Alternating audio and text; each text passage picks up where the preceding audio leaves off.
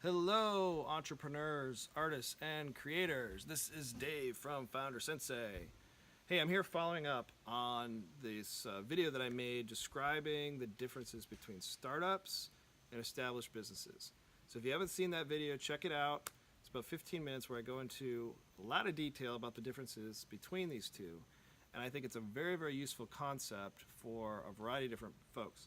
So the group I want to talk to today is the corporate innovators. So people who are working at established businesses. They could be large enterprises, Fortune 500 companies. They could be large mid-market companies, or they can be small businesses as well. Anyone who's working at a business that has a business model, right? They have a business model that's been working. And this is almost everybody, in the United States.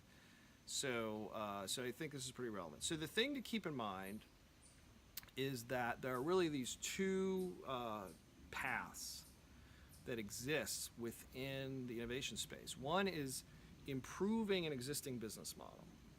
And so if you have a business model that's working, presumably it is working, or they wouldn't have money to pay you a salary. And so you want to improve that model.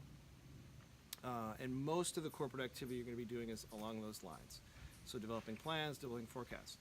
Now, in a lot of cases, though, because of all the technology disruption that's coming into all of these established markets, let me use Uber again as an example. I used them last time. But what industry is Uber in, right? I mean, traditionally we would do industry analysis as an MBA to figure out what are the forces, market forces that are determining margin.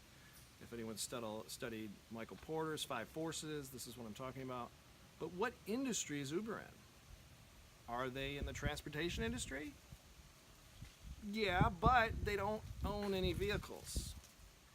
Typically, if you're in a transportation industry, you own vehicles. Uber doesn't own any vehicles. Are they in the software industry? Yeah, I would say they're in the software industry. So they're developing software for transportation. So what industry are they in? It's a very good question. And you can apply this to a lot of the startup unicorns that are out there. So the thing to keep in mind if you're an established business is that if there's a new entrant that's come into your market that is using technology in a different way, you might be in trouble. Your established business model may not survive. And this is what's freaking out a lot of business owners and a lot of CEOs, because they assume that they can run this business for 20, 30, 50, 100 years and leave it to their children and all this stuff. But it turns out that life might be a little bit shorter than they thought. And so they are being forced to create new businesses, new ideas. So the main thing I want you to take away from this, if you're a corporate innovator, you have to bring some awareness to what are you doing. Are you trying to improve our existing business model, more revenue, more profits in the model that we already have? Or are you trying to invent something totally different?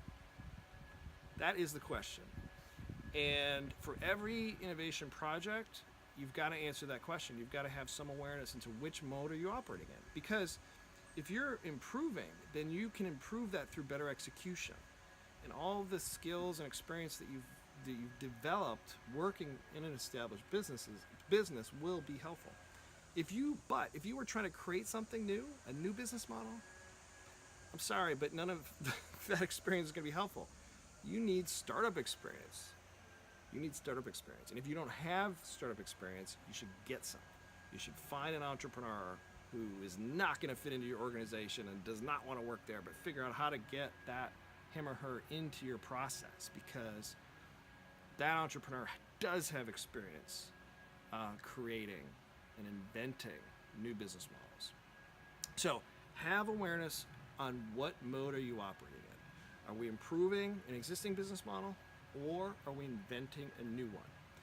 Because what happens if you're in the wrong mindset, if you think you are improving a business model, but you have to reinvent it because of this technology disruption, you will almost certainly fail, because everything that you do, all the tools, all of the market research techniques, all of the execution machine that is built up, the approval process, the regulatory infrastructure, all of these things that are set up are designed to help you execute an existing business model, help you improve an existing business model.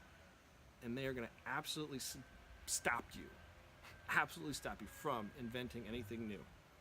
So understand that, recognize that, try to get some alignment, as they say in the corporate world, between the leaders, the managers, and the practitioners, people who are doing the work, because this is so critical.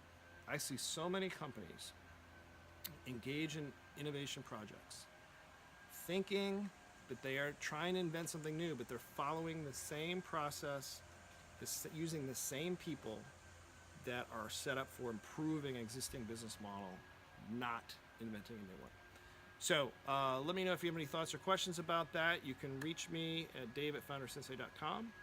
You can check out our website, foundersensei/EAAS, to learn about our Entrepreneurs as a Service, a brand new type of professional services offering that assigns entrepreneurs to your business. So if you're interested in that, check that out.